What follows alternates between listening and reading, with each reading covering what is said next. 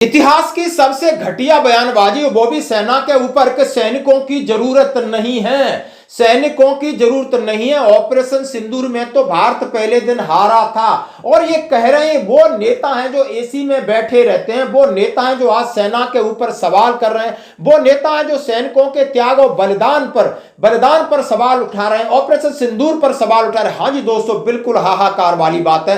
हर जगह इस बात की चर्चा कर रहे हैं कि आखिर ये कौन है जो कहने वाले हैं। जरा कहने वाले का नाम आपके सामने रखना चाहता हूं और ये है पृथ्वीराज चौहान, और पिछले केंद्रीय मंत्री भी रहे हैं और शायद मुख्यमंत्री भी रहे हैं। नाम है पृथ्वीराज चौहान और काम उनका लोग कह रहे हैं जयचंद जैसा है।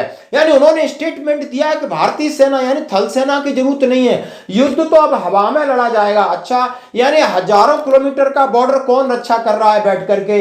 यानी युद्ध एक दिन होगा नहीं तो जिस दिन होगा उसी दिन बुला लेना, अपने घर से बच्चे को भेज देना। यानी जो बॉर्डर पर 15 से 20 हजार किलोमीटर का बॉर्डर है वहां कौन बैठा है? और रोज आपके ऑपरेशन हो रहे हैं, सैनिक जवान मर रहे हैं, जाकर ट्रेनिंग कर रहे हैं, जाकर के सीआई काउंटर इंसर्जेंसी है, ग्लेशियर है, और उसके साथ कौन लड़ेगा? कौन लड़ रहा है? कह रहे हैं कि पाकिस्तान की तो 5 लाख सेना है, तो आपके पास 13-14 लाख क्यों रखी है? चाइना के पास कितनी है? चाइना से लड़ने के लिए आप जाओगे? यानी किस तरीके की बात कर रहे हैं? थोड़ा सा भूकंप आ जाए, थोड़ा सा पानी आपके घर में भर जाए, आप सेना को बुलाते हो? शर्म नहीं आती इस बयानबाजी को लेकर? और सवाल आपको वीडियो पूरा देखना होगा क्योंकि इन्होंने सवाल उठाए ऑपरेशन सिंदूर से बदला युद्ध का स्वरूप कह रहे हैं। पैदल सेना की भूमिका पर सवाल, अर्थव्यवस्था पर सैन्य भारी पड़ रहे हैं, अमेरिकी हस्तक्षेप का किया जिक्र। तो आइए, और कह रहे हैं कि पहले दिन आपने ऑपरेशन सिंदूर में भारतीय सेना हारी थी, घुटने टेके थे, सेना पर सवाल, देश का अपमान। चौहान का अपमानजनक बयान, लोग बहुत गंदी गंदी प्रतिक्रिया दे रहे हैं। पृथ्वीराज चौहान जी, आप कहते हैं भारत पहले दिन हार गया, तो फिर 4 दिन बाद पाकिस्तान घुटनों पर क्यों आया? अगर वायुसेना डर गई थी तो 11 पाक एयरबेस और रडार हैंगर किसने जलाए?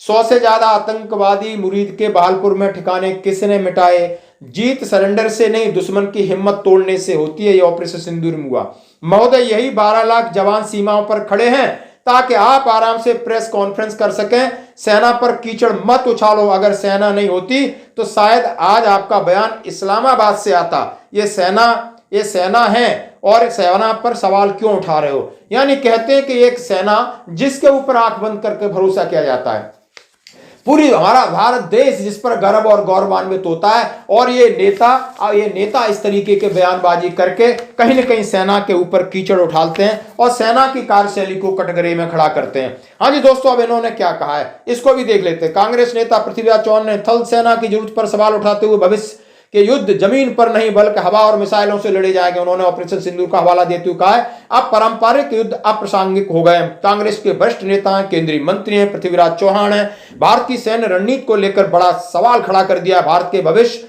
और युद्ध और ऑपरेशन सिंदूर में इनको सबसे ज्यादा नॉलेज आ गया। न किसी थल सेना अध्यक्ष को आया, न हमारे आर्मी चीफ को, किसी को भी नहीं आ रहा, लेकिन ये इनको पूरी तरीके से आ गया।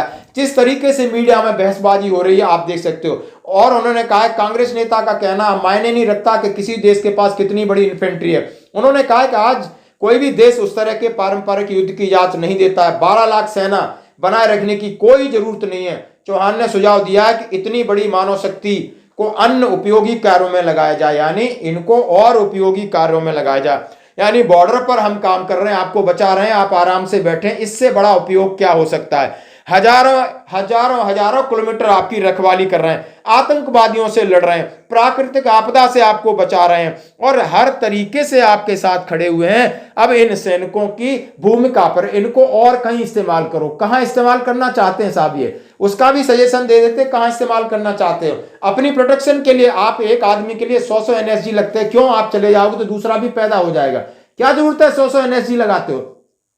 आप मिनिस्टर बन जाते हो, 500 लोग लेके आपको रखवाली कर रहे हैं। मतलब आप बॉर्डर की सिक्योरिटी जरूरत नहीं है, एक इंडिविजुअल की सिक्योरिटी जरूरत है। देखिए ये क्या हो रहा है, अर्थव्यवस्था बड़ी फिर भी सैन्य बराबरी। पृथ्वीराज चौहान ने कहा भारत की अर्थव्यवस्था पाकिस्तान से लगभग 10 गुनी बड़ी है, इसके बावजूद सैन्य संतुलन के मामले में एक तरह की बराबरी बनी हुई है। उन्होंने दावा किया है अब आगे हॉट बार की संभावना बेहद कम है, जहां दोनों देशों के टैंक आमने सामने होंगे। अब उन्होंने कहा अब टैंक की भी जरूरत नहीं है, गन की भी जरूरत नहीं है, सिर्फ जहां लड़ाई लड़ी जाएगी। बिल्कुल सही बात है, आप अपने बच्चों को भेजिए और ट्रेंड करिए। इन नेताओं से बिल्कुल हम जरूर कहना चाहेंगे, अपने अपने बच्चों को भेजिए, हम सेना कम कर देते हैं। आप राजनीतिक तौर से देश को संभाल रहे हैं और बिल्कुल युद्ध के तौर पे भी आप संभाल सकते हो, क्योंकि आपका नाम ही इतना बड़ा है। इतिहास जानता है पृथ्वीराज चौहान कितने बड़े सूरवीर थे, योद्धा थे, तो आपका नाम है। वैसा ही शायद आपके पास अच्छी प्लानिंग होगी सर, आपका अच्छा काम होगा। जरूर आप अपने बच्चों को भेजिए बॉर्डर पर।